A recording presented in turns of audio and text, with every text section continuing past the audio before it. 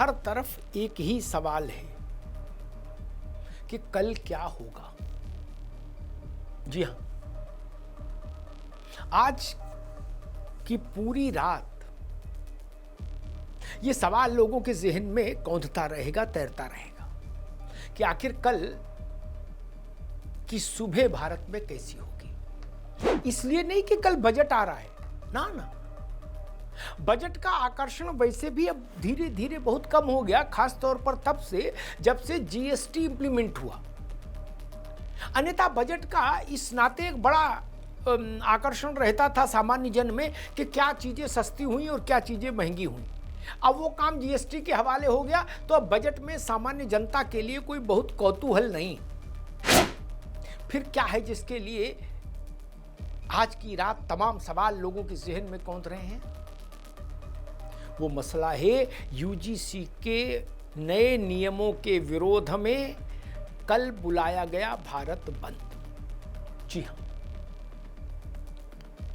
विश्वविद्यालय अनुदान आयोग यूनिवर्सिटी ग्रांट कमीशन के नए नियमों के जो 13 जनवरी को नोटिफाई हुए, उन नियमों के विरोध में कल देशव्यापी भारत बंद बुलाया गया है। वो सारे संगठन, वो सारी शक्तियां जो उन नियमों के विरोध में हैं, इस भारत बंद की प्रस्तावक हैं।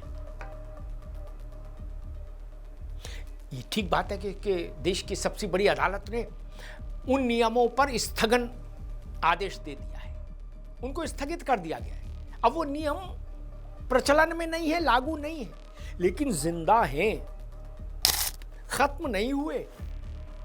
बस इसीलिए भारत बंद बुलाया गया है कि नियम अभी जिंदा हैं, और जिंदा हैं तो कुछ भी हो सकता है। फिर ऊंट किधर भी किसी करवट बैठ सकता है, इधर भी बैठ सकता है, उधर भी बैठ सकता है, बीच में खड़ा रह सकता है। पहले जब सुप्रीम कोर्ट ने स्थगन आदेश दिया इन नियमों पर, तो एक तर्क आया कि अब भारत बंद बुलाए जाने का औचित्य नहीं है।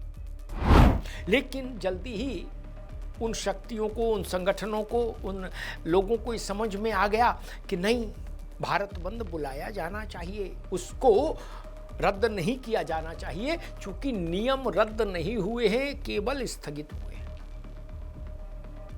अब कल क्या होगा भारत बंद में? तनाव होगा? कैसा तनाव होगा? टकराव की कोई आशंका तो नहीं बनेगी? दोनों पक्ष सड़क पर उतर आए तो टकराव की स्थिति बनती है। तमाम किस्म की आशंकाएं हैं और तमाम किस्म की संभावनाएं हैं। क्या जो पक्ष यूजीसी के उन नए नियमों के समर्थन में है, क्या वो भी आज की रात कुछ रणनीति बना रहा है? बड़ा प्रश्न है कल के भारत बंद को काउंटर करने के लिए। और अगर ऐसा हुआ कि नियमों के विरोध में जो है वो भारत बंद कराने निकले और नियमों के पक्ष में जो है वो भारत खुलवाने निकले, तो संघर्ष हो जाएगा। यत्र तत्र सर्वत्र तनाव की परिस्थिति बनेगी देश में। सरकार, राज्य सरकारों के लिए समस्या हो जाएगी। तमाम चिंताएं हैं। भारत आप हम लोगों ने देखा था, एक भारत बंद 2018 में किया था दलित संगठनों ने, तब नरेंद्र मोदी की सरकार थी।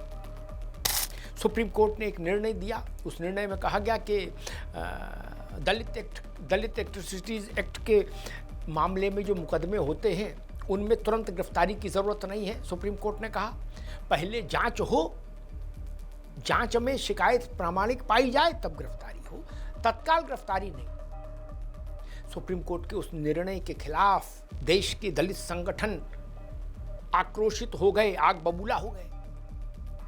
आनन फानन में भारत बंद बुलाया गया। पूरे देश भर में तनाव की परिस्थिति बन गई। राजनीतिक दल भी डरने लगे। उनको लगा कि दलितों का विश्वास खो देंगे हम क्या। मोदी जी की सरकार ने फैसला किया कि संसद का सत्र बुलाओ और सुप्रीम कोर्ट के उस निर्णय को पलट दो। ठीक वैसे ही जैसे किसी दौर में राहुल गांधी जी के पिता राजीव गांधी जी ने अपने प्रधानमंत्रित्व काल में शाहबानों के मामले में दिए सुप्रीम कोर्ट के फैसले को लोकसभा में लाकर पलटा था, संसद में लाकर पलटा था। वैसे ही इस सरकार ने दलितों के संदर्भ में जो सुप्रीम कोर्ट का फैसला आया, दलित उन्मूलन कानूनों के तहत जो मुकदमे होते हैं उनको लेकर, तो सरकार ने सुप्रीम कोर्ट का फैसला संसद से बदलवा दिया। यह स्थिति है तो स्वाभाविक है, जब दो उदाहरण हैं तो इधर वाले भी चाहेंगे कि ऐसा ही हो और उधर वाले भी चाहेंगे कि ऐसा हमारे लिए ऐसा हो। लेकिन क्या आप सरकार के लिए संभव है कि किसी एक पक्ष की ओर झुकती दिखाई दे? मुझे लगता है ऐसा संभव नहीं होगा। दोनों पक्षों को प्रसन्न रख पाए सरकार, मुझे लगता है ऐसा भी संभव नहीं होगा। कुछ ना कुछ किसी ना किसी को तो झटका लगेगा। अब जोर का लगे या धीमे लगे, लेकिन झटका लगेगा। दोनों पक्ष आनंद के वैकुंठ में विचरण नहीं कर सकते अब जो परिस्थिति बनी है। इसीलिए मैंने कहा कल क्या होगा ये बड़ा विषय है, पूरे देश की निगाहें इस पर है। कल बजट से बड़ी चीज है भारत बंद। देखना होगा कि सड़कों पर गुस्सा किस ढंग से अभिव्यक्ति पाता है। संयम और मर्यादा के दायरे के भीतर रह के भी चीजें हो सकती हैं और मर्यादा का उल्लंघन करके भी चीजें होती हैं। देखना यह होता है कि हम किसको चुनते हैं। देश के लिए मर्यादा और संयम को चुना जाना चाहिए। हम अपनी अभिव्यक्ति की आजादी का सम्मान करें।